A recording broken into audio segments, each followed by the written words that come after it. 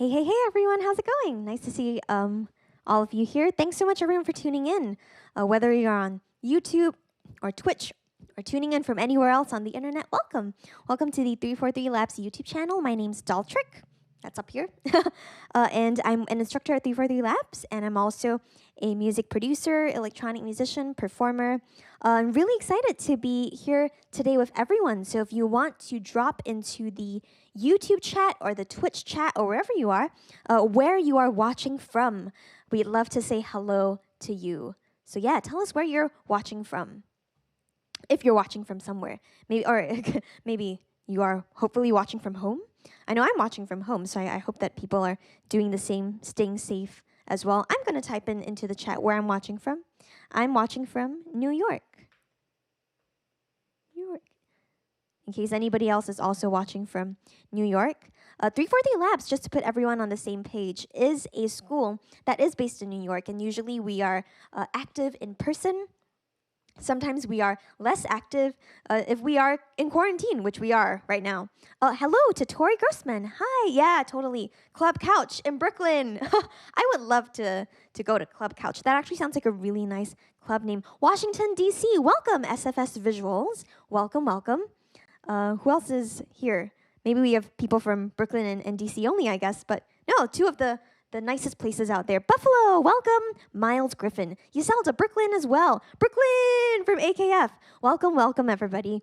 But yeah, if you've heard of us before, we are usually based in Manhattan, specifically in the New York City area, and we do a lot of classes related to music production, electronic music, songwriting as well. So we're really all about music creation and the different ways that we can use different tools to make really great art and make really great music and make bangers in some cases. So today, thanks everyone for tuning in. Ooh, Fender Bender, hello, 4815, Manhattan, greetings. But yeah, today we're gonna do a really special live stream workshop that I'm really happy to host. We've done a couple of these before at 343 Labs with different instructors and different teachers and artists, but this is getting started with music production. So you're kind of going to get the dolltr take, if you will, or Claire's take. Claire's my name that I teach under.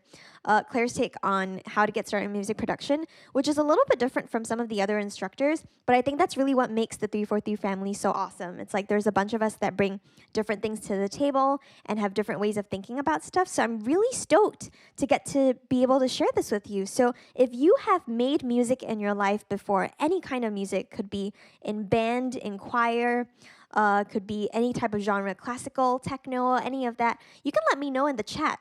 Or alternatively, you can also let me know what your favorite genre of music is. That'll also be super helpful to know. Now, while everybody's typing that into the chat, I'm just going to do a little bit of a rundown for what we're going to do today. Obviously, we're going to talk about, how to get started with music production. More importantly, I think we're going to talk about how to get started the right way-ish, or how to get started in a hopefully good way that maybe will help to kick off your music production endeavors if you're making music for the first time. And in this particular session, we're going to look specifically at Ableton Live. Some of you may know this, but I am an Ableton-Certified trainer. There's a bunch of us at 343 Labs, which is really awesome. And we are all very unique in our styles, but we all have one thing in common, which is loving Ableton Live. So today we're going to get started with music production, specifically in Ableton Live. And it's interesting because as we'll take a look at the software later, Ableton Live as a software itself is extremely unique compared to a couple of other different music making softwares out there. Another software, for example, that we teach at 343 Labs is Logic Pro X, and that's its own animal, if you will. It's a great animal. I love Logic, and I love producing in Logic as well. But Live has a little bit of a different workflow, so we're going to take a look at that too. We're going to look at how it's different and how we can capitalize or utilize these differences to enhance our different productions in different kinds of ways. And for me, I'm just going to start kicking this off, but I'm going to type into the chat the kind of music that I like, maybe. So I love pop. I'm not afraid to say that I love pop music. So I love pop music. Going to type that into the chat. I love pop music. But yeah, and a great thing about today's masterclass also is that I will be asking everybody to contribute their ideas. And we're going to see what we can do with our hive mind ideas when it comes to making a production and really getting started with it. So if that all sounds good, let's get started. What I'm going to do right now is I'm going to transition over to live and to my streaming software. So do bear with me for this super quick second. Whoosh! And whoosh. Okay, cool. There we go. Welcome everybody to Ableton Live. Ooh, Isolde loves R&B. I love R&B too, and I love that little emoji with the three little music notes. EDM and pop. Fender Bender. Thanks for letting me know. But yeah, welcome everybody to Ableton Live. This is a software that was created by the company Ableton. So maybe to start off and to clear things up off the bat, usually if you hear me use the word live in this particular session, it's going to refer to the software. And it's funny because, oftentimes I'm sure a lot of you may have heard this before if you're speaking about Ableton Live itself, but maybe you're talking to a friend and they're saying, "Oh, I use Ableton to make music."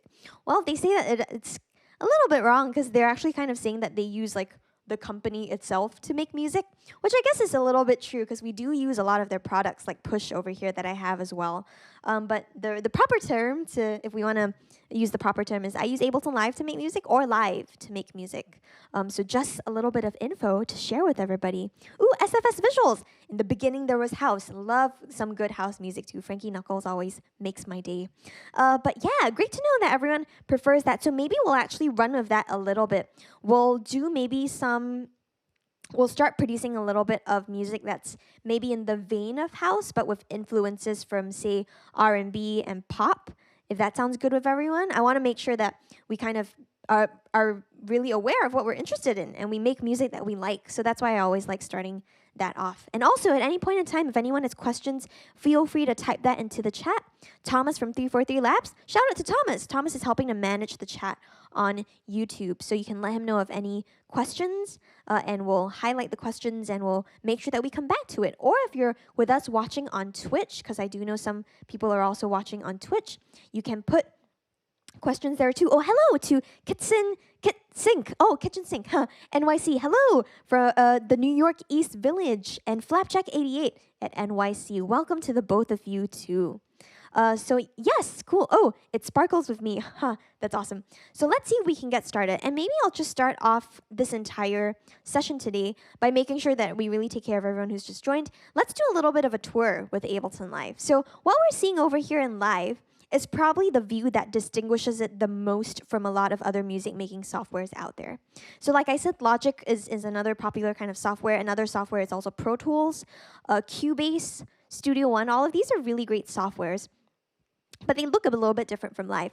One thing that we notice over here is that Live in general is laid out in what seems to be columns for the first time that you open it.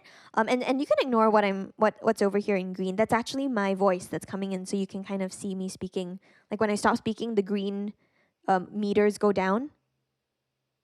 And now they're back because I've started speaking again. So this is just for me to hear myself.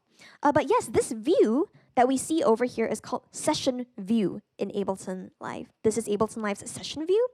And Live has two main views that we can work in when we're making tracks. So we have Session View, and if on your computer keyboard, if you have Live in front of you, you're more than welcome to follow along. If you press Tab on your computer keyboard, this is Arrangement View. And this is Live's second view. So maybe this looks a little bit more familiar for the bunch of us who, if any of us have watched or seen people do tutorials for another type of software that's laid out in a more linear fashion. So in this arrangement view, the time goes across from left to right. So that's how I try to make to help a lot of students or beginners with Live remember exactly which view is which. Arrangement view starts with A, it goes across. Across also starts with A. And session view, if we hit tab again, that is the columns of it. So let's actually get started by opening on the left-hand side the browser in Ableton Live. The browser in Live is really what we think of as a library of sorts. It's where the brain of Live resides, if you will. It has our collections of different kinds of instruments and sounds, drums, audio effects, MIDI effects. There's a category that's even called Max for Live, which we aren't going to delve into today, but essentially I often think of Max for Live as an extension, if you will, of Live's capabilities, Ableton Live's capabilities. So it's like Ableton Live Plus, if you will, like Pokemon upgrading it. And then we have plugins. Now, in the context of Live, anything that you see categorized under plugins refers to third-party pieces of software. So, for example, these could be software synthesizers. They could be software effects. Anything that is not native to Live will be found in plugins. And so we need to also be a little bit careful of how we call and describe these devices. Things that are native to Live are called devices, but plugins are always third-party. So we have those. We also have clips and samples that can be containers for a lot of the things in your Live library. Samples in particular are, for example, little audio samples that maybe are a kick drum. In this case, there's a kick drum, which I double-clicked on and accidentally instantiated. So I'm going to press Command-Z on my Mac or Control-Z if you're on a PC to undo that. We'll get back to that again, so no worries. But yeah, that's what we have in the browser. We also have a place called Places, which lets us add our own custom folders to Live. So we are not going to delve into this either. It's a little bit more in-depth. But if you want to, though, this is something that I'll definitely go into in an Ableton Live course that I'm actually starting to lead on Monday, which I'm very excited about. I'm going to lead a beginner's course in Ableton Live, and you can find out more about that at the 343 Labs website, which is 343labs.com. And I think maybe Thomas or someone else might put a link in the chat as well to kind of show you the link for seeing more info about these classes. But we're going to learn more about that if you sign up for a class for me that's starting on Monday. Really excited to do that. But this is our tour of the browser. Let's start off by making some music. Now, is anybody who's watching, since we're going to try to approach this from a little bit of a dance music standpoint with EDM and R&B elements, our production today, see if you can throw me a tempo that's between 120 and 130. So any number that's between 120 and 130. Now, if you're joining us for the first time, welcome. I just saw the numbers bump up a little bit. Right now, we're trying to get started with music production and construct a track for all of us in this chat over here on YouTube or on Twitch. So if you have a number between 120 and 130, let me know. And yeah, let's see if we get anything. Do we get any suggestions over here? I'm going to refresh the chats on both YouTube and Twitch to see if we have any suggestions from anyone of numbers.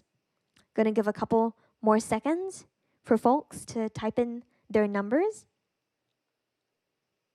Anything between 124. Thank you, SFS Visuals. So let's do 124. Now, one thing you may have noticed also that when Siobhan said 121. So let's actually maybe take the difference of that. Let's do like maybe 123. Oh, 123. Nice number. 123. Now, if you had caught what I was saying just now, I slipped up a little bit and I said, if someone could give me a tempo. What exactly is tempo? Tempo, when it comes to music production, refers to how fast or how slow a particular song is. And usually this number is measured in BPM, which stands for beats per minute. So anytime that you see the letters BPM in succession, it usually refers to the tempo of a song. So BPM in this case is going to be controlled on the top left-hand corner of Ableton Live. If we look over at Live, you can see me using my mouse to circle, my cursor, to circle around this corner. And we have a number that says 120. By default, every set that you open with Ableton Live will be default at 120 beats per minute. But one way that we can change the tempo is to click on this and use our mouse to drag up and down. We can change the tempo that way. Or if we want a super accurate number, we can type it in as well. So I'm going to type in 1, 2, 3 and press enter. And now our new tempo that we have overall in this set is a 123 beats per minute. So let's get started. I said I wanted to start off with some drums, so let's do that. I'm going to head over to this category in the browser that's called drums. So let's click on that. And off the bat, we have a really big list of all of these .adg files. Like, what exactly are these? Well, these essentially are all drum racks. A drum rack is something in Ableton Live that contains a selection of drum sounds. And in my course, we'll definitely go deeper into this. But for now, I would just like everyone to kind of remember that drum rack contains drum sounds. Are these drum sounds what we think of as audio? Maybe? Yes? No? We're going to find out a little bit more. So what I'm going to do is look for a particular kit. Maybe select a kit that I like. So I'm going to click on a couple of these.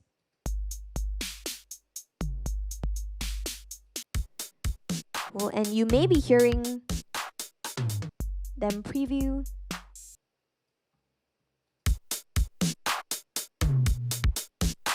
Now you'll notice that every time I click on a particular drum rack, it gives me a preview of that. And that's really what we want to do. We want to think about what kit we might want to use. And as I was clicking through, I think I would like to start with this 808 core kit. So maybe let's start with that. I'm going to click on this and drag it over onto this empty.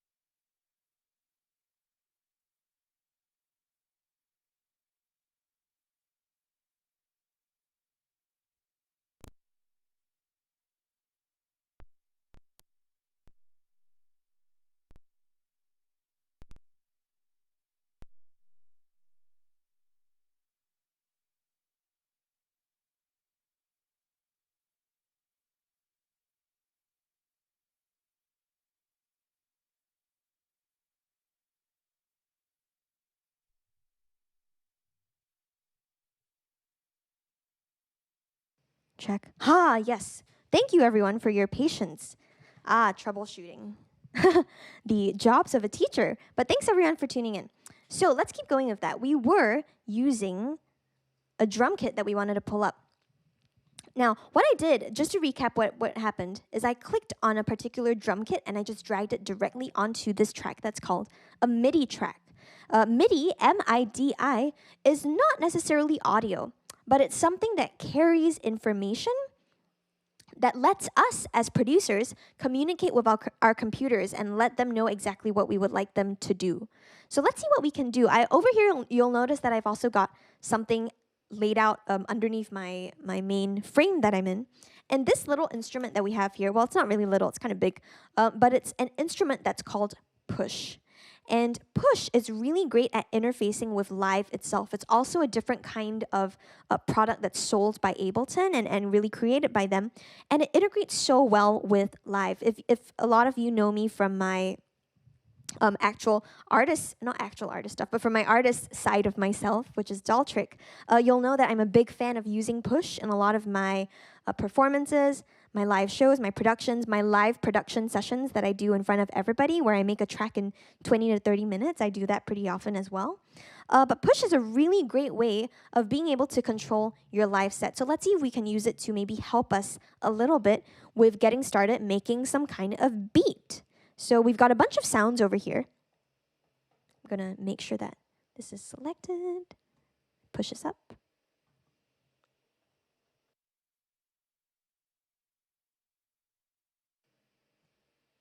There we go. Cool. So I'm just going to make sure that that's correct. Great. Let's set that to input. Awesome. So all of these are sounds that we might find in a classic drum rack, if you will, and that's what the 808 core kit is. Just to give everyone a little bit of context, the 808 is a type of kit that was very famously created, if you will, by a company called Roland, and it's a synthetic drum kit, so that really lets us make different kinds of patterns that we want in a computer. So let's see if we can get started. If we're doing something with house, something that's quite common in house is that we tend to have a kick drum that happens pretty regularly. And a kick drum is this drum over here. that we hear that's pretty low, it's often said to emulate a real-life kick drum, which is a drum that you find in a drum set. And the drummer, if anyone out there is a drummer, not sure if we have any drummers in the house, the drummer would use his foot or her foot to be able to kick the drum that makes this sound. So kick.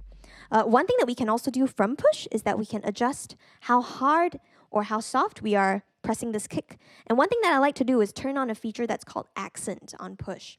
And this will essentially let me make all of these kick sounds of a very hard, in a way, tone. So making sure it's very powerful and strong. So let's see what happens if I put some notes in.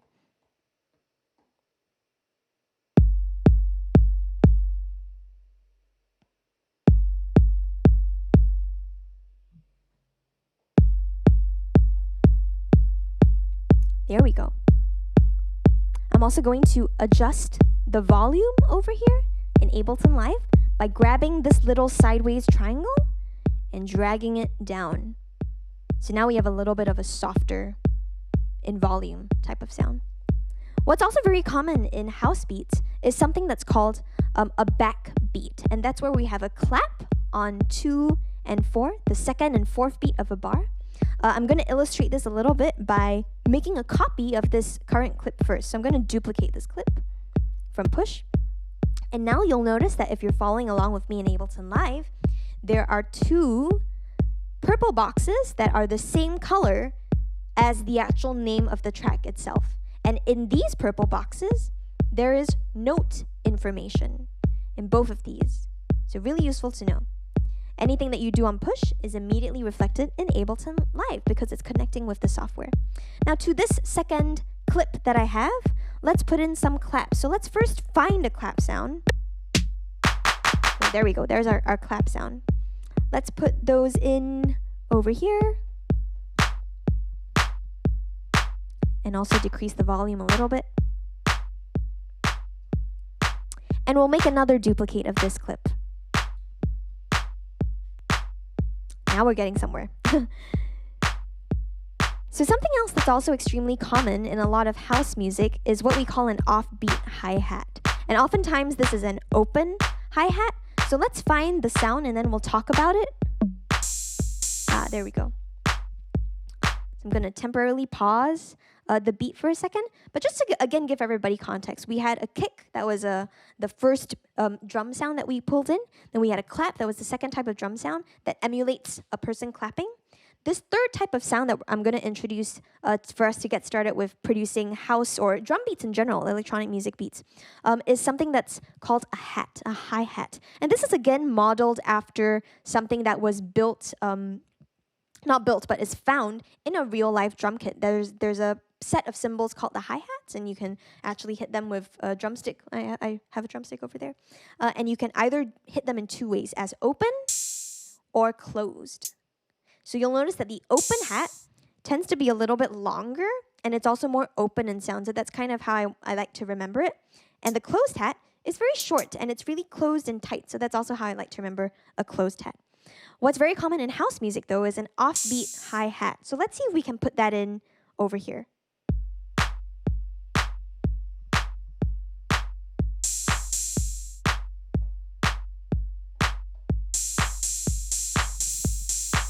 So we kind of have an offbeat hi-hat. I'm going to make that softer also. Let's duplicate this clip one more time. Now you'll notice that in live, I have 4 of these clips together. And we're editing the last clip. Let's put in some of the closed hi-hats. Let's do that over here.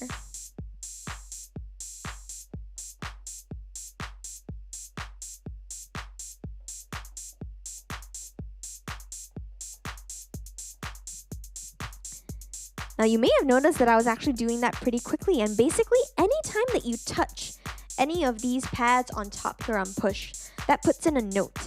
This is a feature of push that's called the step sequencer. So this is a really quick way of doing music production too. For a second, let's take a pause and let's not look too much at push itself, but let's take a little bit of a deeper dive into these actual clips over here in Ableton Live itself. So focusing on the live interface.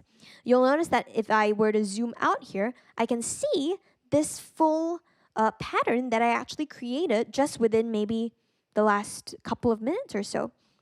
But this core type of pattern consisting of, again, a kick, a clap, a hi-hat, or maybe two kinds of hi-hats in this case. This quintessential combination is basically the basics of the basics of what makes a house beat. And it's interesting just now how SFS Visuals said that in the beginning there was house, and that's because more often than not people don't realize how influential house has been as a genre. House music originated in the 70s and 80s, and from there it's really led to all of these different sorts of genres. Right now you have like things like electro house, you have future house, and even genres like different subgenres within EDM like trance and techno as well are all connected in some way to house. So really encourage you to find out more about that if you're interested in the history part of it. I did, in a part of my studies was ethnomusicology, and I specialized in dance music culture. So it was really cool to draw all the connections between house and everything else. That was always really fun to do. But back to this. So right now, this is the main drum beat that we have. Again, let's listen to it.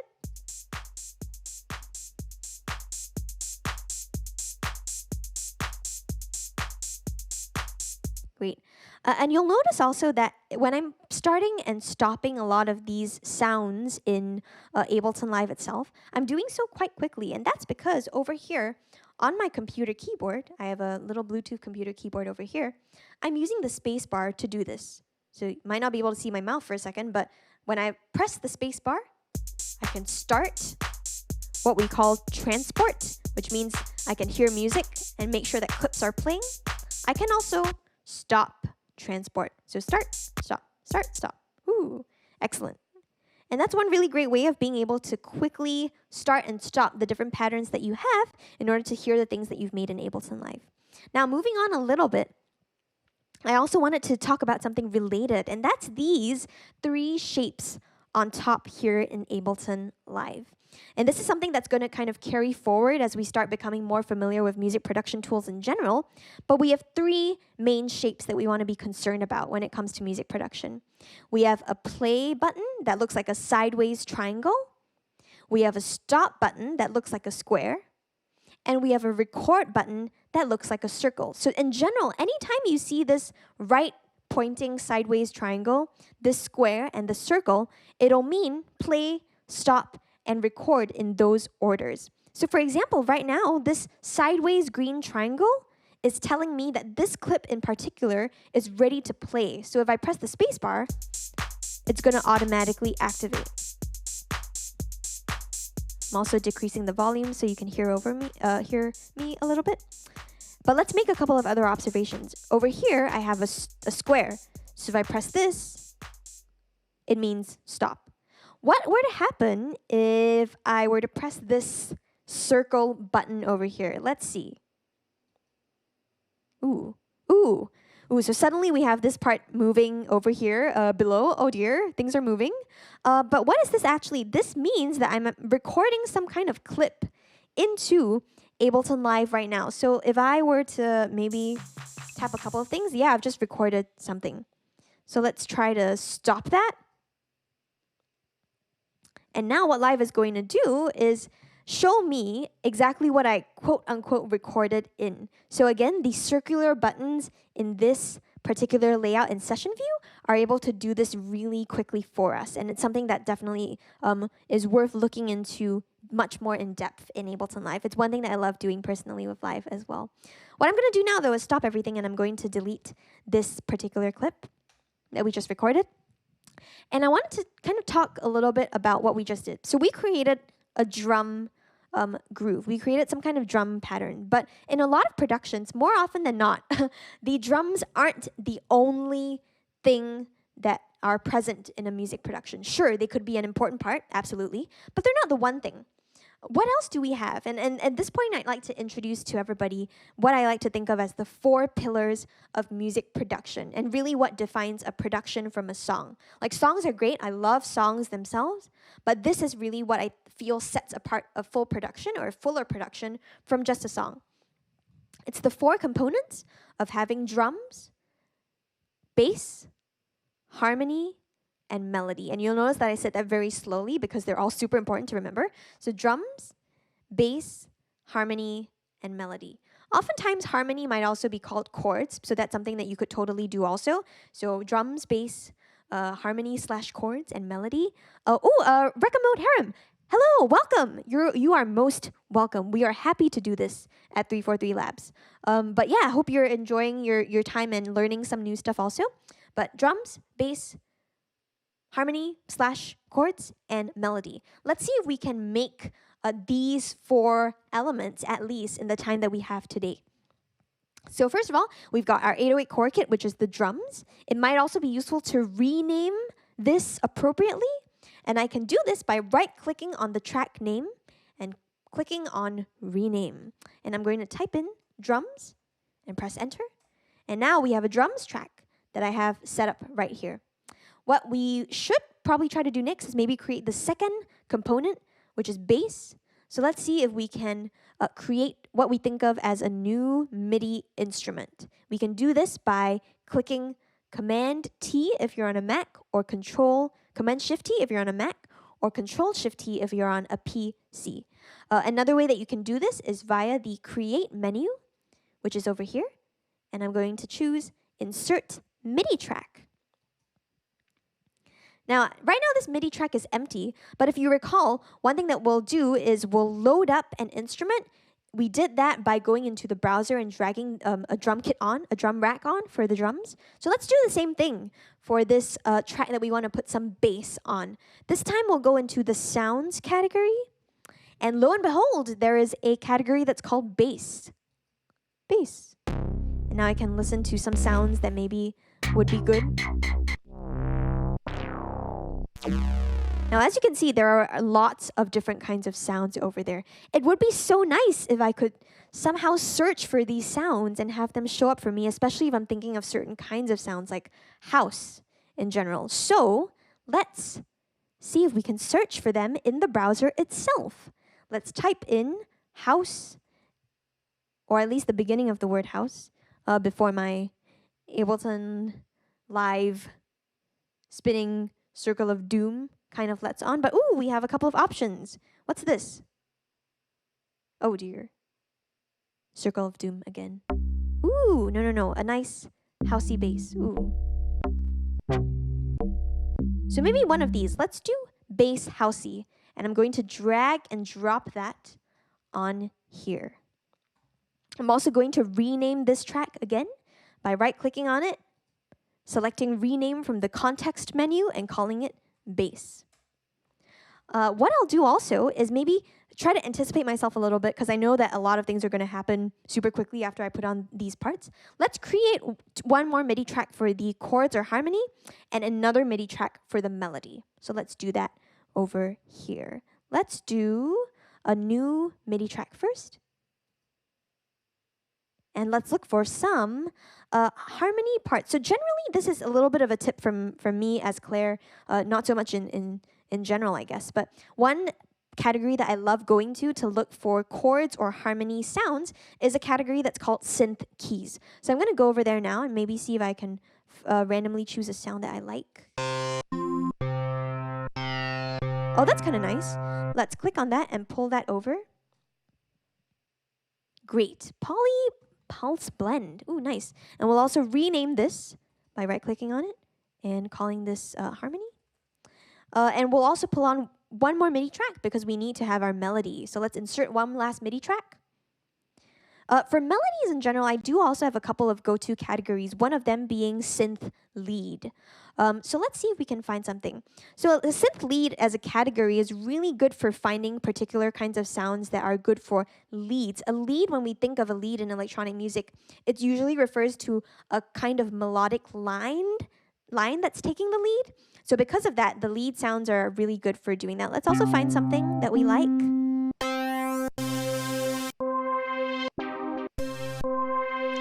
like that. So I'm going to click that and drag it on.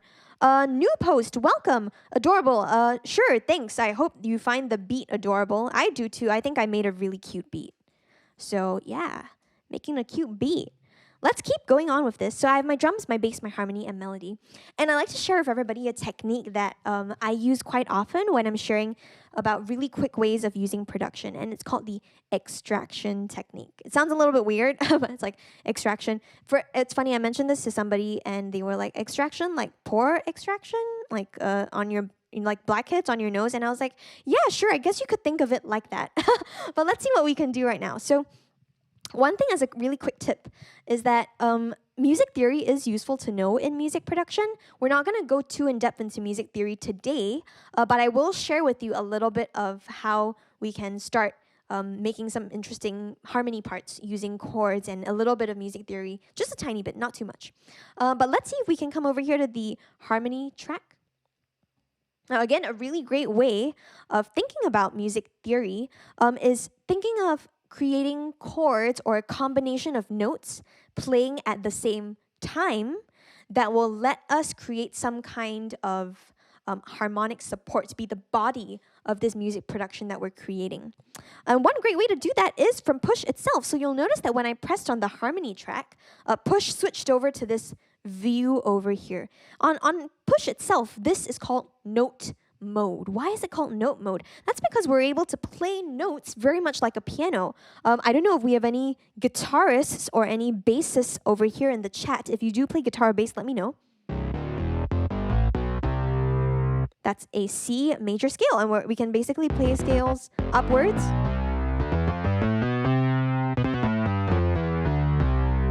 And chromatically also, if you want it to. But one cool thing about push is that you can put it into what's called in-key mode. What does in-key mode do? It basically makes all the notes on push snap to a particular scale, which can be very useful. So now I'm in C major. From push, I can even select a particular scale that I'm going to go into. So I would love if somebody in the chat were able to suggest a letter from A to G. So any letter from A to G, and you can also suggest whether you would like something to be major or minor, happy or sad. I'm going to talk a little bit more about this when I get the suggestions in. But feel free to put that in the chat right now, and I'll take some time to say hello to a couple of people. A1, Asia, oh, hello, welcome. Thank you so much. Welcome to the chat. I appreciate that. Thank you so much. Piano on the patio. Hi. Hello, Natasha. Greetings. Extraction, yes. Welcome. Thank you. Yes. Hello from Peru. You're more than welcome. Ian Smith. Greetings. Hello, Ian. Sad producers only. Cool. So we had a couple of suggestions for F. F sharp, G minor. Ooh. We'll definitely go with minor. I think since we had two suggestions for F, let's go for F minor. Sad producers only. DJ Ollie Red, welcome. Welcome to this chat. Welcome everybody. And also while I'm here, I'm just going to reintroduce myself because I saw our numbers bump up a little bit. My name's Claire. I am an instructor at 343 Labs. I'm an Ableton-Certified trainer. I also go by the name dolltr, which is maybe where a couple of you know me from. Thanks so much for joining in, Natasha. Really appreciate that. Everyone check out Piano on the Patio. She's an awesome pianist. But in the meantime, I know we have a lot of really cool people in the chat watching, so I really appreciate all of your time here. But let's go back to F minor. So let's select the option F minor on push. F, cool, F minor. So now if I played a series of notes on push, we have an F natural minor scale. Any note that is colored on push over here is going to be what we call the root of the scale, which is the starting note. So all of these are F across the different octaves, going from lower, these two are a little bit lower, to higher, and even super high. So yeah, we can start making different kinds of chords by a special pattern in live that we can use on push. So if you're able to put your fingers into this sign, which is like, you know, counting three, numbers of three, I like to tell everybody that if you can do that, you can play anything on push, any chord on push. That's because if you put your three fingers in a pattern that looks a little bit like a mountain on push, so you'll be able to get a chord And this is something that we call a triad in music. In music theory, we usually deal with a couple of different kinds of triads, like major, minor, diminished, augmented. We won't go into that in too much detail today. But in general, anything that you put, that you have your three mountain fingers in, and you put that on push, it's going to form some kind of triad. So just to demonstrate,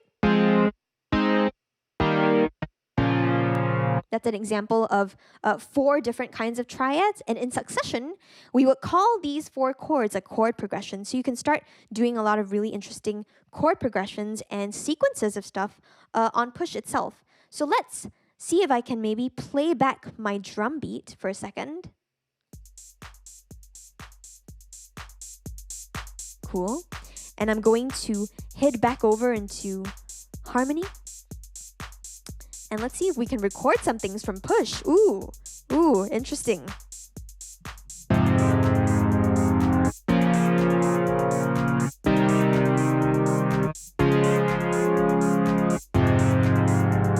gonna make that softer. We have a chord progression that we just recorded on push. And I'm going to pause this for a second by pressing spacebar. We had a question from SFS Visuals. Does at least one of the fingers need to be on the root note? It does if you would like to play a type of chord that starts with that root note. That's a great question, SFS Visuals. If I were to start playing this chord, you'll notice that I have this note selected, which is the green note, and I said all of the notes that are the same color as the track are the root note.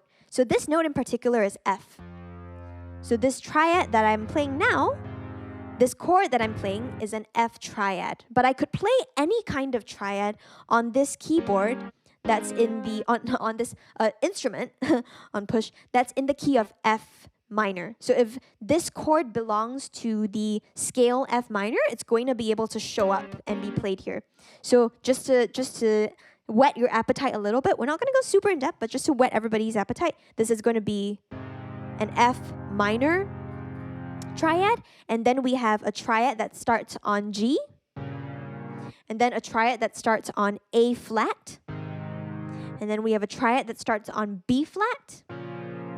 And before I let go, you'll notice that I also have a couple of other notes lighting up over here.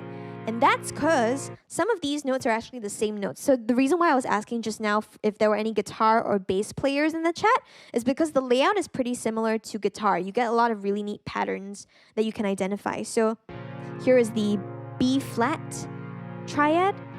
And then we have a triad that starts on C, another triad that starts on D flat, a triad that starts on E flat, and then we're back at F, a triad that starts on F. So I hope that answered a little bit of your question, SFS Visuals. But yeah, that's a really great question. I feel like there are lots of ways to answer that depending on exactly what you're asking and how nuanced it actually is. But I hope that was able to answer a couple of your questions. So let's listen back right now to what we have.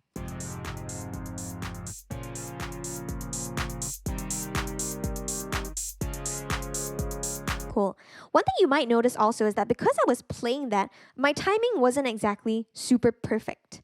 You'll notice that in my notes that I recorded over here, there are a couple of gaps between them, and they're not necessarily super tight with the rhythm. Oh, you're most welcome, SFS Visuals. But back to my notes. They're not exactly super tight with the rhythm, and I'd like to introduce a concept to everybody that's called quantization. Quantization. It's a bit of a long word, quantization, 4 syllables, but I think it's pretty cool. I like words that start with the letter Q because there aren't really a lot of them out there. But yeah, quantization is something that, it's a term that we use to describe snapping to a specific rhythm. And it's really useful if, for example, you're playing something live and you would like something to be a little bit more neat, if you will, a little bit more organized in its rhythm, a little bit tighter, a little bit more in pocket, if you think about a lot of R&B types of bands.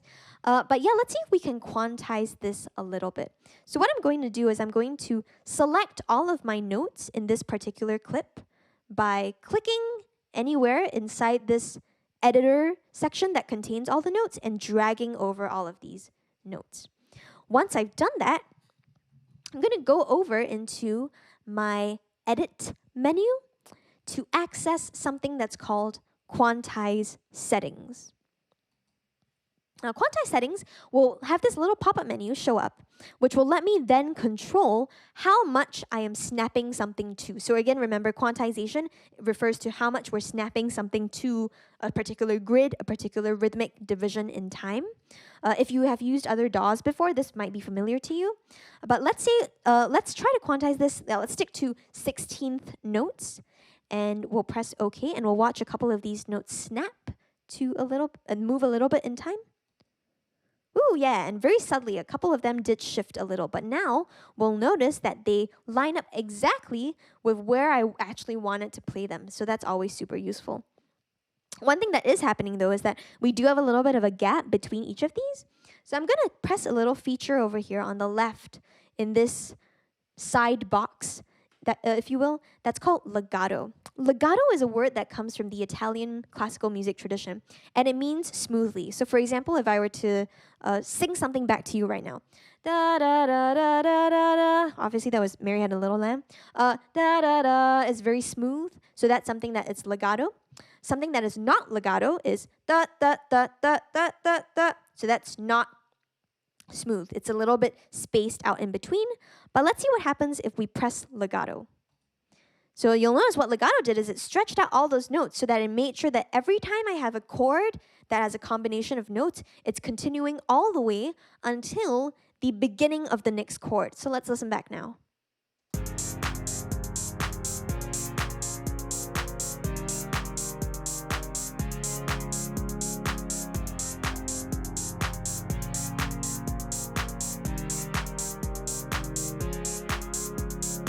Great, and this is kind of where the extraction fun comes in a little bit. So right now we have our harmony in place, we have our drums in place.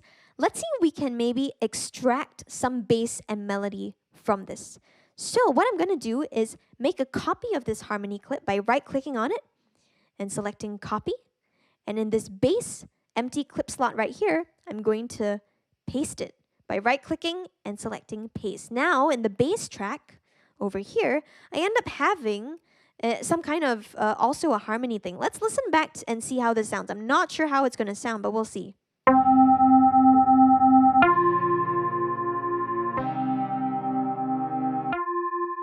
Cool. So it sounds a little bit weird. Bass in general, when we think about electronic music production, usually we think of it as being very low.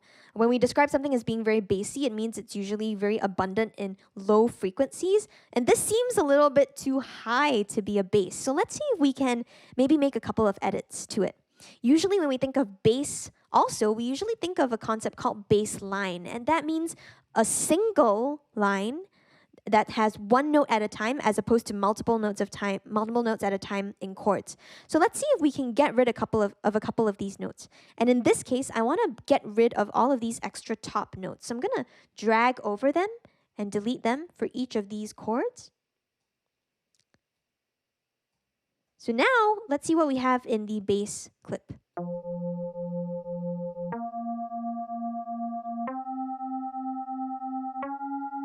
Cool. So now we have a one-note line, but like I said, it's a little bit too high to be a bass.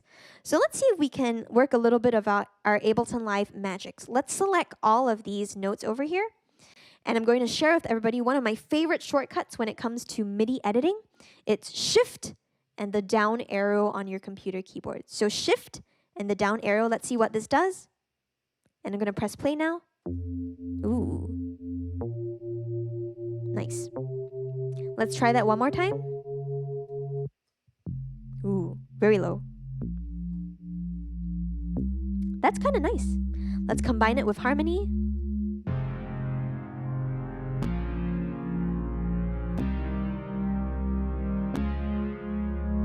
Cool. And also give me one quick second. I'm going to adjust just a couple of my over here. Great, cool. So now we have our bass and our harmony, and we also have some drums. So let's listen to our drums.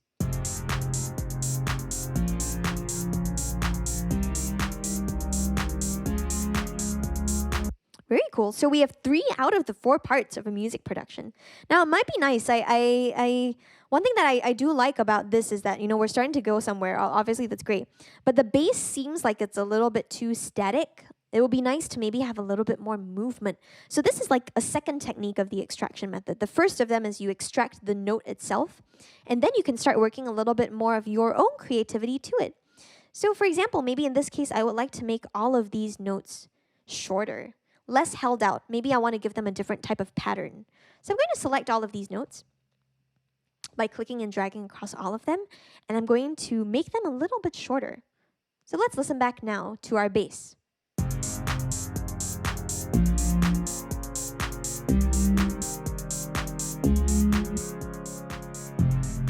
So we're getting a note, and then it stops for a while. And this is kind of nice. I'm starting to get maybe a little bit of an idea of what I could do with this. One thing that I could do is maybe make the notes happen a little bit more often, and make them a little bit shorter so that they're not legato, but they're a little bit more energetic, if you will. And now this is my second, probably one of my other favorite keys also. I mentioned shift up and down just now. Now I'm going to mention the option key or the alt key, depending on whether you're on a Mac or a PC. But holding down option, selecting an object in Live, and then dragging it to another location will make a duplicate of that. It'll make a copy of that. So let's see if I can do that now. You'll notice I have all of my notes selected, and I'm going to select them all again by clicking over and dragging them all here. By holding down Option and selecting any of these 4 selected notes, I can then click and drag to make a copy of that. And I'm going to do it one more time as well. So let's listen back to our bass part now.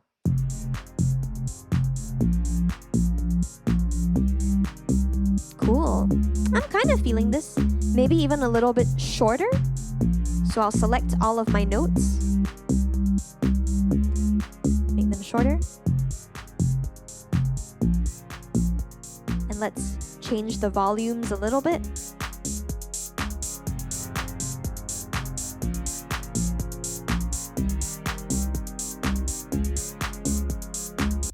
Very cool. So now I have a little bit more of a varied bass line, and then I have my chords and harmony.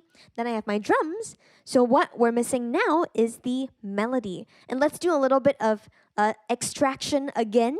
I'll show you 2 techniques. I'll show you the extraction technique, and then we'll maybe take a look at how we could possibly even record some kind of melody on push.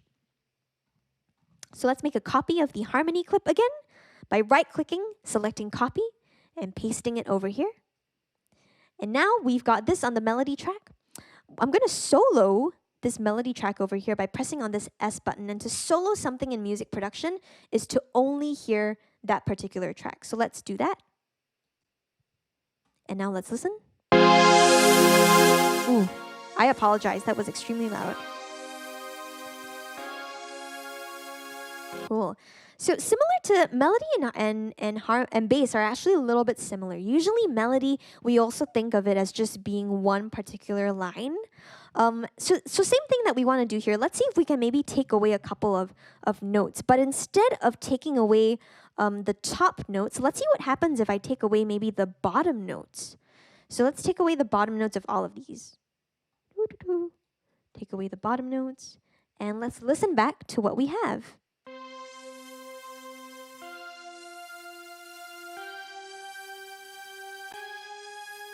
Okay, cool. So let's do the same quote-unquote extraction technique and use these notes, but maybe change the rhythm a little bit.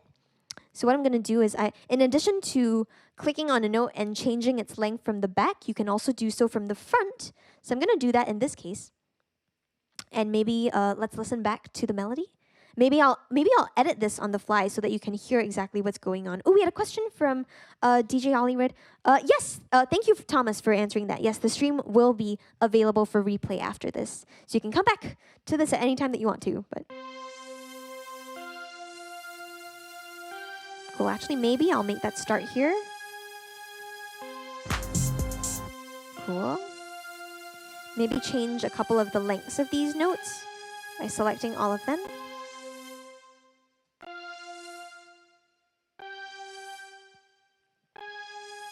And let's add maybe some Aha. So what did I just do? I double clicked in this space over here, in this editing space over here. And anytime that you double click on this or in any of these little boxes, you can actually put in additional notes. So I just randomly clicked. I'm not entirely sure what this actually sounds like. Maybe I'll add a couple more to see if we can possibly get something interesting out of this. And let's listen back right now. Ooh. Goodness. Oh.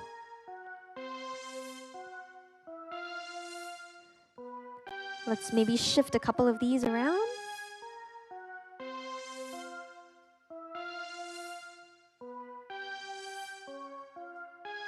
It sounds a little bit creepy, a little bit like a demented circus.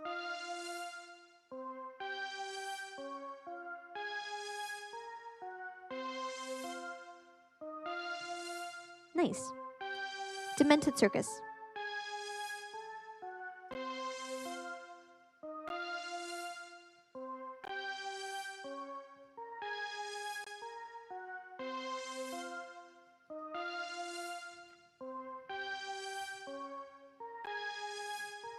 Cool. Now, everybody, you may have it may have seemed as if I was kind of arbitrarily, pressing and moving around these notes all over the place. In a way, I was, but now see if you can notice push for a second. One thing that you might see is that now, as the melody plays through, every time we hit a note, that note also seems to be lighting up a square on push.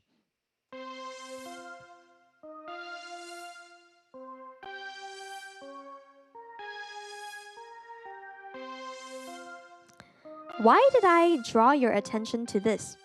That's because, like, you remember what I said, right now we have push in what's called in-key mode. So every note that we have appearing on push is in the key. So if it appears, that's a good sign for us because it means that we are actually writing in the key of F minor, which is pretty neat.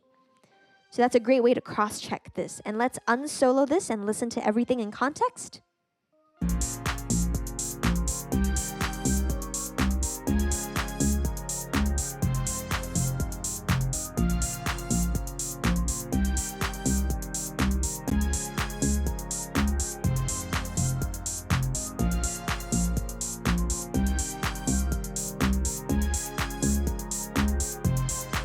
And I just made a couple more edits.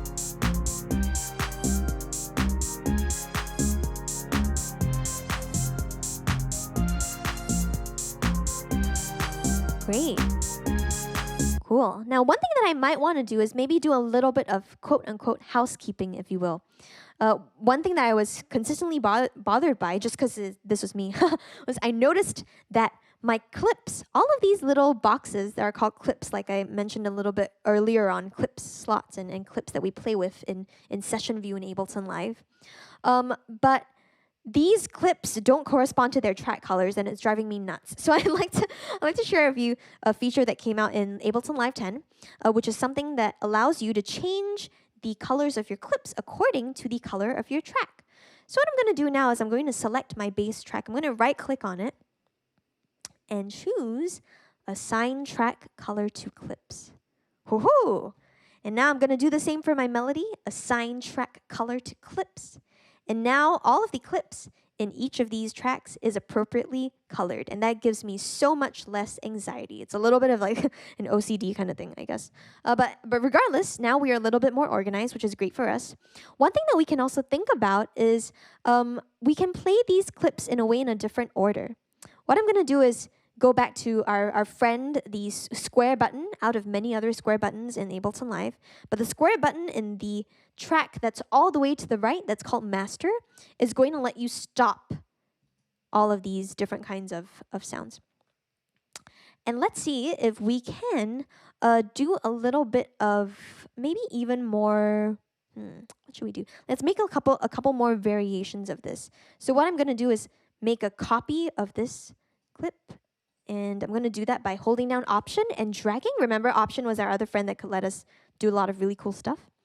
And actually, I'm going to put that over here. So I have 3 copies of the bass now, and I'm going to put the melody on top. And now I'm going to show everybody how maybe I would navigate this selection of clips. So see if you can notice how I'm playing clips and also how I'm stopping clips. And this is an example of that.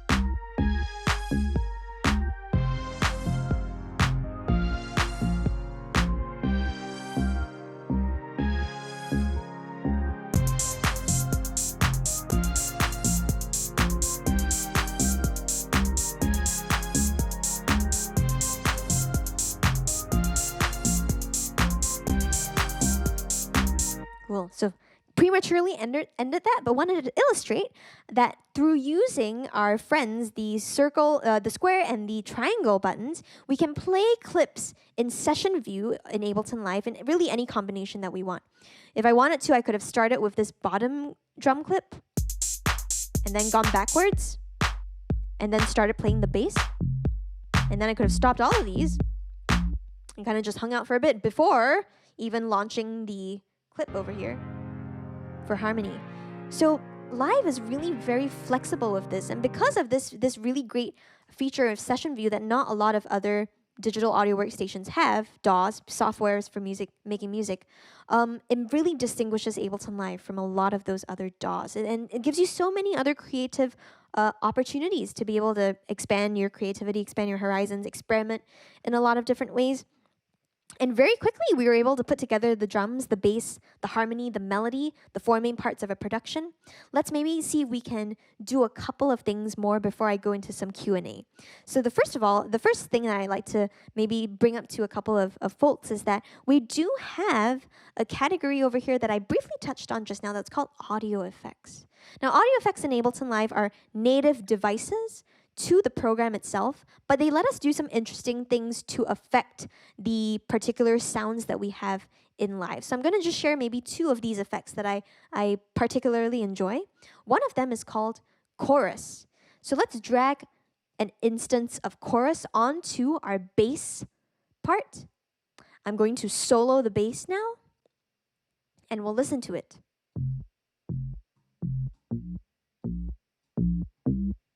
And maybe increase the chorus a bit too.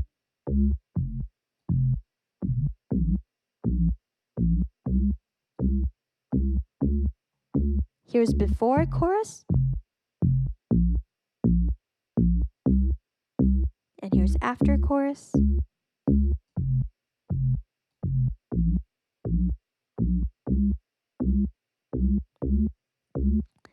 So I'm not sure if you can notice, and maybe some of our friends who are listening on headphones might be able to hear this a little bit better, but it almost sounds as if there's a second or a third even copy of the same sound layering on top of this. And that's because if we think of the name chorus, maybe it reminds us a little bit of a choir, of many people, many voices singing at the same time. And that's essentially what the chorus audio effect does. It ends up making a lot of instruments sound a little bit bigger and a little bit, quote unquote, wider, if you will, because it essentially layers on an additional copy of that type of sound that we're hearing. So right now we're hearing some bass with a chorus on it. Here's after.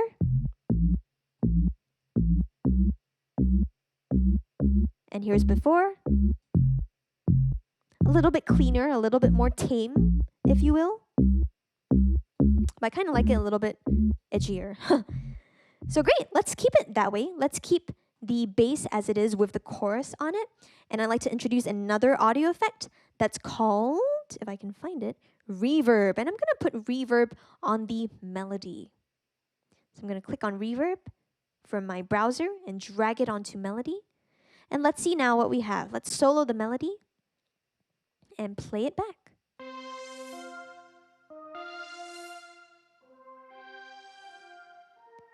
So it's starting to sound quite distant, maybe almost as if it were in a different room, a different environment. And that's actually exactly what a reverb is. It's meant to simulate a different environment that we're maybe not in real life. So oftentimes if you look through reverb and you read about it, sometimes reverbs simulate actual physical spaces like halls, or rooms, or even spaces like the Grand Canyon. In this case, this reverb is making our melody sound as if it's a lot more far away. So this is after reverb, and here's before.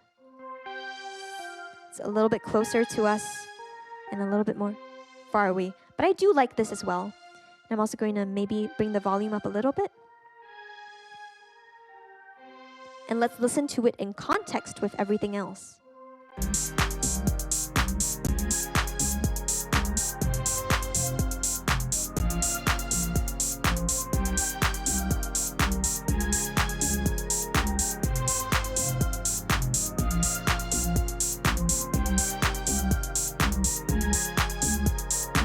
Great, cool. So now we have our drums, bass, harmony, and melody. I guess, no, gee, it's so nice that I'm able to play with these in session view and play them in any order that I want. I wish there were a simple way for me to be able to record the exact order in which I play them in. And the great thing about live, the great news is that yes, there's totally a way to do that. So circling back to something that I mentioned right off the bat at the start of our entire session today, is that live has two views. We've got session view, and if we hit tab, we get put into what's called arrangement view, which is the long ways view of it, going across. A for arrangement, A for across. That's how we remember which view is which. If we head back over into session view, let's see if we can record some of the things that we're playing into the arrangement view. And this is finally the time where we call upon our dear friend, the arrangement record button that's on the top of the screen. This circular button, you'll remember that usually anytime we see a circle, it means that we're going to record something. So let's record an arrangement from the existing 4 parts pillars of music production that we have over here in session view. I'm also going to make sure that this bass track is currently not armed. Anytime that you see this little icon over here, it means usually that a track is ready to record. And sometimes that's useful for us, sometimes maybe not so much. It really depends on the situation, but I'm not going to go too in-depth. I will go more in-depth in my course that I'm teaching starting on Monday, though. And again, I think the course was put in the chat. Thanks, Thomas from 343 Labs, for putting that in. But if you want to talk to us about it, that's also really, you're more than welcome to, and I'll speak more about it after this as well. But let's see if we can record into the arrangement view. Let's press record. Ooh, we got a little count off for us. But let's see if we can start.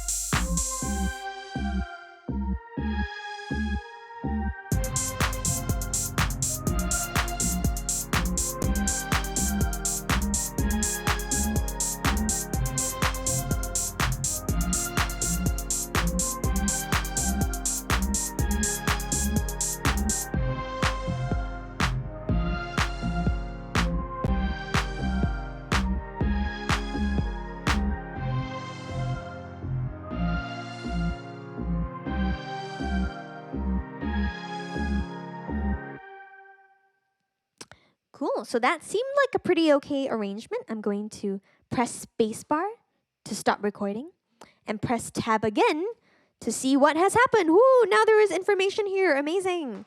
What we just did, everyone, was record a specific arrangement played into arrangement view live in real time. One thing that's a little bit troubling, though, is that all of this looks as if it's grayed out. Oh no. Ugh. And that's because right now we have basically told live, we've sent Ableton Live a signal that's basically said, okay, we're using session view, we're using this view. So anything that happens in arrangement, we don't really want to affect that yet. If we do want to start editing, all we have to do is click on this button at the top right of the overall arrangement view window over here. And if we click on this, we get back to the arrangement view. And that button that I just clicked was called the Back to Arrangement button. Very appropriate name, if you will. But this is essentially let us go back to the arrangement. And now, if I want to, I can click anywhere here and press spacebar to listen to what I just recorded. So maybe even here.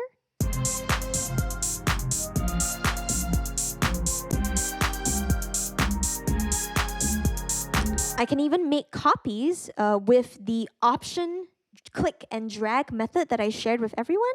So let's say I wanted to maybe, what shall I do? Let's copy this entire harmony clip by holding option, clicking and dragging. Ooh, and there it is.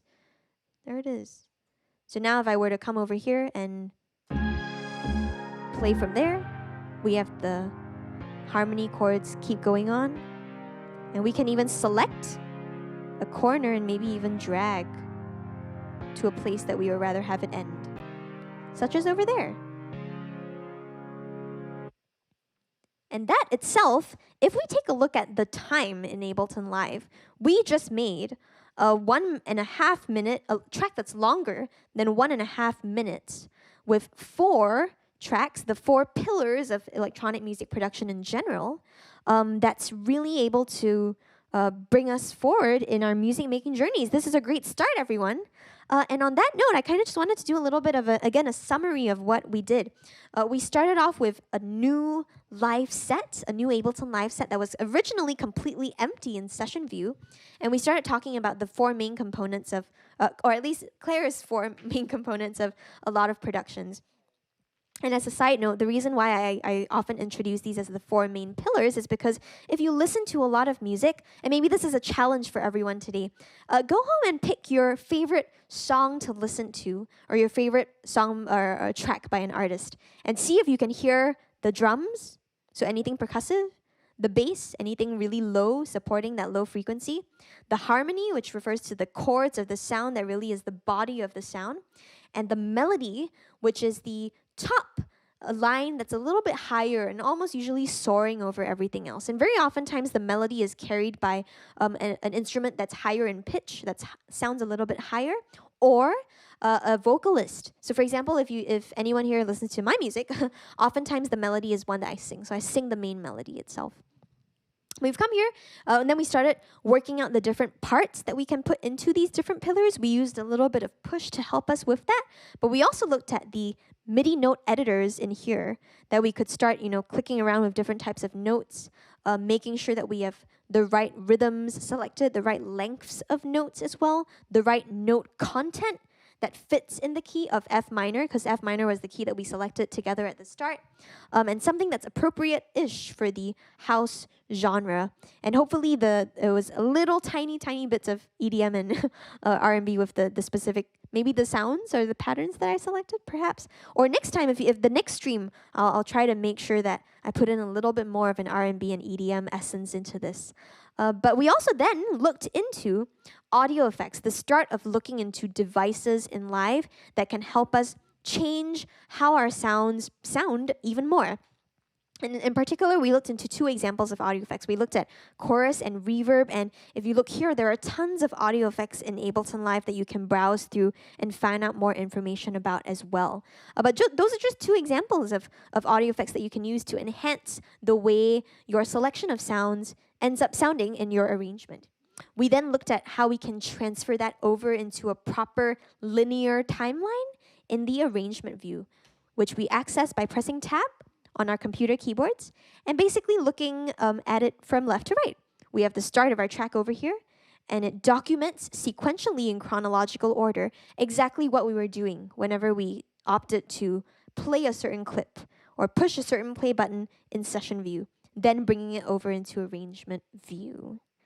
So on that note, thanks so much everyone for joining in. I'm going to leave the last couple of minutes that I have with you for any questions. So please feel free to type in any questions into the chat that you might have over here. I'm also going to close up a couple of windows just so that we can all bask in the glory of our track that we created together, getting started with music production in Ableton Live.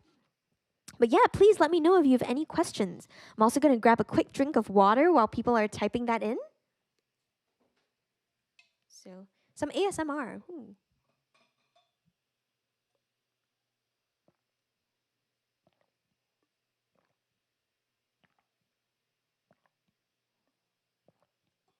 Any questions? No questions so far in the chat. Ooh. This is probably like a first. Usually we have lots of questions when it comes to getting started with music production. Anyone have questions? Cool. Well, in that case, I have a question. You'll notice that I was using, like I mentioned, this instrument called push next to me for a lot of what I was doing. The big question that often gets asked to me, just because a lot of people who are introduced to music production for the first time, they see me using this with live, and then they're like, do I need a push? Do I need to buy one? And the answer is no, please do not. Do not buy one just off the bat. Push is a really great instrument, and this is maybe a take that maybe other people will perhaps disagree with in general. But I feel like when you're just starting to get to know a software such as Ableton Live, you don't necessarily want to be off the bat investing into a lot of things. Because I'll be honest with you, Ableton Live works great for me and a lot of other producers, but it may not work so well for you, which is totally fine. I think that's really what is so beautiful about music in general. You can use so many different tools to achieve your musical vision. And if Live is not right for you, that's totally fine. That said, if you enjoyed today's workshop and if you'd like to find out more, please get in touch with us at 343 Labs, and you can also get in touch with me personally if you want to talk about, your options and stuff. But we'd love to have you take the course with us. And again, I'm teaching it starting on Monday, which is May the 4th. And I feel like if you do love Live and you end up really understanding it and loving its workflow, then Push is like the best partner in crime that you could possibly want. If you watch my YouTube videos or if you watch my Instagram videos, I'm dolltr on all platforms, so DOLLTRICK. If you do that, and you'll see me practically use Push in like a ton of my videos and so much of the content that I create. And that's also because when you start to learn how to use Push, you can get really quick at it. And it's really faster to navigate. And maybe some people know me from this also, but I do this series called Breakfast and Beats, where I make a breakfast over the duration of time that I make a beat at. So I usually take like 20 to 30 minutes to have some coffee, do breakfast. Ian, who is in the chat just now, a fervent watcher of Breakfast and Beats and a dear friend of mine as well. So he's seen me do that a lot of times. But yeah, you can get super quick on Push if it ends up being a good partner for you. And again, sometimes people who love Live, who love Ableton Live, don't love Push. Or people who love Push don't love Live. So it's really interesting to see that relationship. But yeah, you don't necessarily need Push to learn how to produce in that sense. But it's always a really great friend to have. And it's been a dear friend of mine for almost since the start of me using Ableton Live. So at this point, it's a dear friend of mine. I call my Push, I actually name all of my instruments. Someone was asking me about this another day because I introduced my flute to them. I'm originally a piano and flute player, classically trained. My flute is called Gardel, so I was like, hi, it's Gardel. And then and they were like, who is Gardel? And it's my flute. My Push is called Pusheen, because if anyone knows about Pusheen, the cat. I love pushing Push. Anyway. Pesmet, you are most welcome. Very good intro. Thank you so much. That's what Pesmet said. Thank you for tuning in. We really appreciate you joining us. Thanks. Siobhan, what's your process for transitioning from making loops in session view to arrangement view? So that is actually exactly how I transition. I usually browse and try to make different creative ideas for myself in session view, and then I start recording them in real time into arrangement view. So basically what I did was exactly how I transition over from session into arrangement view. So it's funny that you answered that question. SFS visuals, is there a workflow that you prefer? Yes, absolutely. So just to clarify, it's not studio view, it's session view, but very close, a close connection. I almost always use session view before arrangement view, and that's because I love browsing and trying to use different kinds of ideas and explore combinations in session view and then bring them over into arrangement view after that once I have like a good linear idea. Now, this is an interesting topic to think of because I know of a lot of people or producers who start from arrangement view. And for me personally, and this really is my personal take, there are points in time where I do start from arrangement view. And that's usually when I have a clear, linear idea of where I want to go. So in addition to being a producer, I'm also a songwriter and a composer. And in the case of me wanting to compose something in a linear form, then of course I find that it makes much more sense for me to start in a linear view. And in that case, I might not even use Ableton Live. I might even use Logic. or Pro Tools or Bitwig to do that possibly also. So yeah, for me, it really depends on the workflow itself. But if I'm trying to explore and be especially creative with different combinations of stuff, I usually always go to session view first, and then I go over into arrangement view, and it kind of it goes up from there. So, oh yes, I hope that also answered Pezmet's question further down. Jumping back a little bit up for Antoine, 27 FTWs for the win. Your question, what's the benefit of using push via a MIDI keyboard? That's an excellent question. And I think the biggest benefit of push over any MIDI keyboard is that usually MIDI keyboards tend to be quite generic. So you can use them with, say, any kind of software. You could use them with Logic. You could use them with Pro Tools, any other type of DAW on the market. Push integrates so specifically with Live, though. So, for example, if I were to come over here, I can play notes on push, which I was doing just now.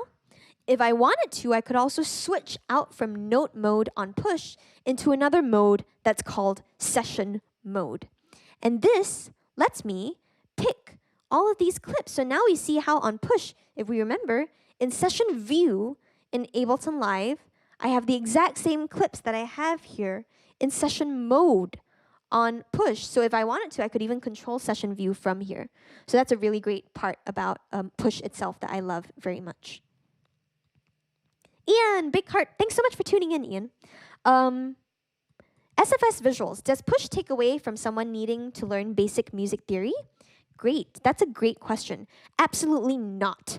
I think that session using push and using note mode definitely makes it a lot faster for you to learn about what sounds good and what sounds maybe a little bit less good. But I always am a fervent believer in knowing at least some basic music theory, because you'll know then why the combination of notes sounds good. Like using push, you'll be able to know what sounds good by experimenting with different shapes, playing up and down, doing all these things. But why? If you don't understand why, then as a teacher, and this is my trainer side of me really speaking, as a teacher, then I've kind of shot you in the foot, if you will, because you won't be able to navigate anything else if you don't have push. I mean, ideally, as producers, we want to be able to produce whenever, as and when we like. But what happens then if you start to, in a sense, use push as a crutch? Then as a teacher, as a trainer and an instructor, I have failed on my part to make you a good producer and to equip you with the tools that make you better in the longer run rather than just in the shorter term. So that's how I personally feel about that. Thanks for your question. Ian, yeah, thanks so much. Breakfast and Beats. I took a break from it this week because I was doing a lot of programming actually for a lot of random classes that I was teaching, which is great. It's great. I love doing that. And I was also live streaming every day. So if anyone wants to not stick around, but if anybody wants to check out some things that I'm doing every day of the week on Nick's, so today, tomorrow, and also on Monday through Saturday of next week, I'm going to be streaming at a platform called sessionslive.com. And my URL specifically is sessionslive.com/dolltr. So every day you'll be able to see me do a live electronic music set with push maybe, and also with a couple of my other instruments out there. So yeah, come check it out. You can also follow me on Instagram at dolltrick, DOLLTRICK, to see full updates on my schedule. I also do post updates on Instagram. Oh, we had a last question from SFS Visuals. No problem at all. Is there a particular note you gravitate towards when producing a track? Interesting question. For me, not in particular. I do know of certain producers who actually prefer certain keys. For me in particular, no. But I have noticed that when I am writing songs, so I very often start off in, say, either A minor or B flat minor. I think it's just because of the way that I sing certain notes, like the range of my voice. So maybe it's A minor or B flat minor, B minor.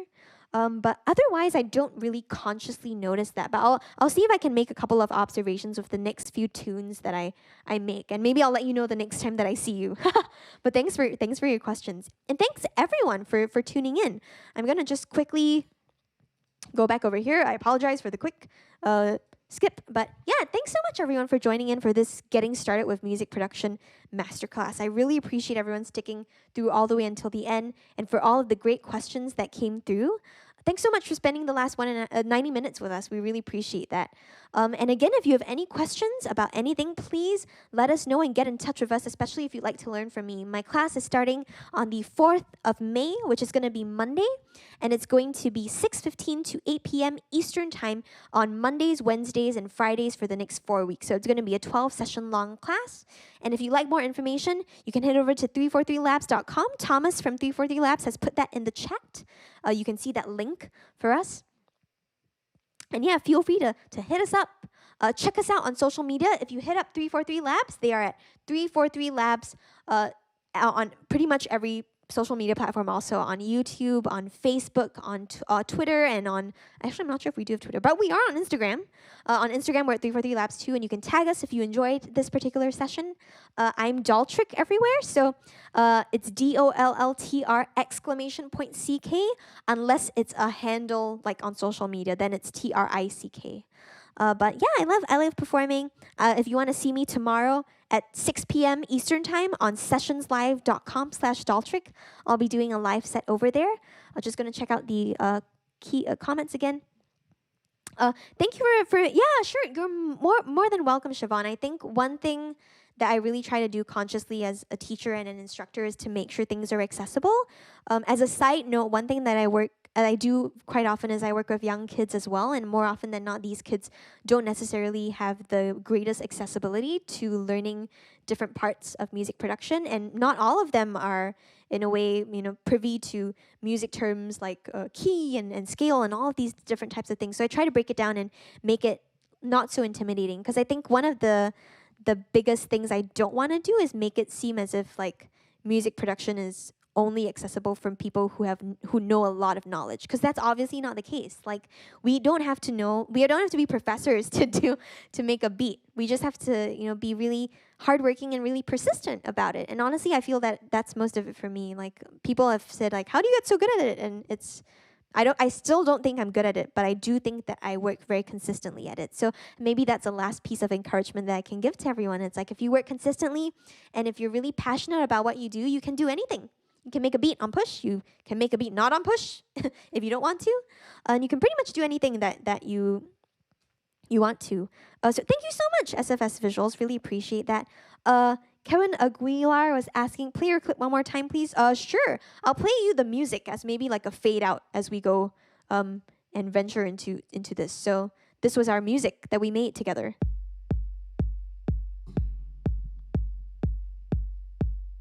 And this will be like our outro in a way.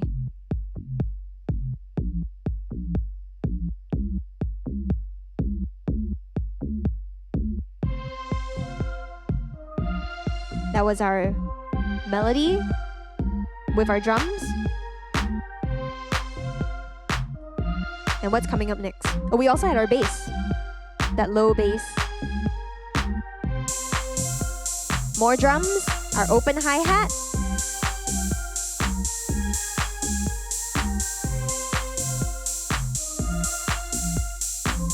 And a quick break in the drums before everything comes in.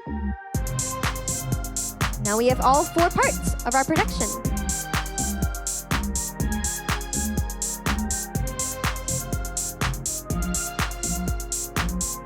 And I'm just gonna fade this out. But yeah, thanks so much again, everyone, for tuning in. Really appreciate you all being here. Hope you have a lovely night. And we will see you all soon, hopefully. Let's see. Do we have a couple of extra questions? I thought I saw something pop up in the chat. Maybe I was misreading. Oh no, we do. Oh, you cannot finish your music all the time. I'm sorry to hear that, Edwin. But let me, if you don't mind me making a suggestion, and you don't have to take this because it's just a suggestion, but see if you can head over to the Ableton website. They currently have a free book that is called Making Music. And there's a really nice chapter called Finishing Music that I think you would love and you would benefit from. But in the meantime, once again, thanks so much, everyone, for tuning in. Really appreciate all of your time. This has been dolltr or Claire, Claire Marie Lim with 343 Labs. I'm an Ableton-Certified trainer, and 343 Labs is an Ableton-Certified training center. So I do hope that you can join us for our online course starting Monday. And I will see you then. Bye.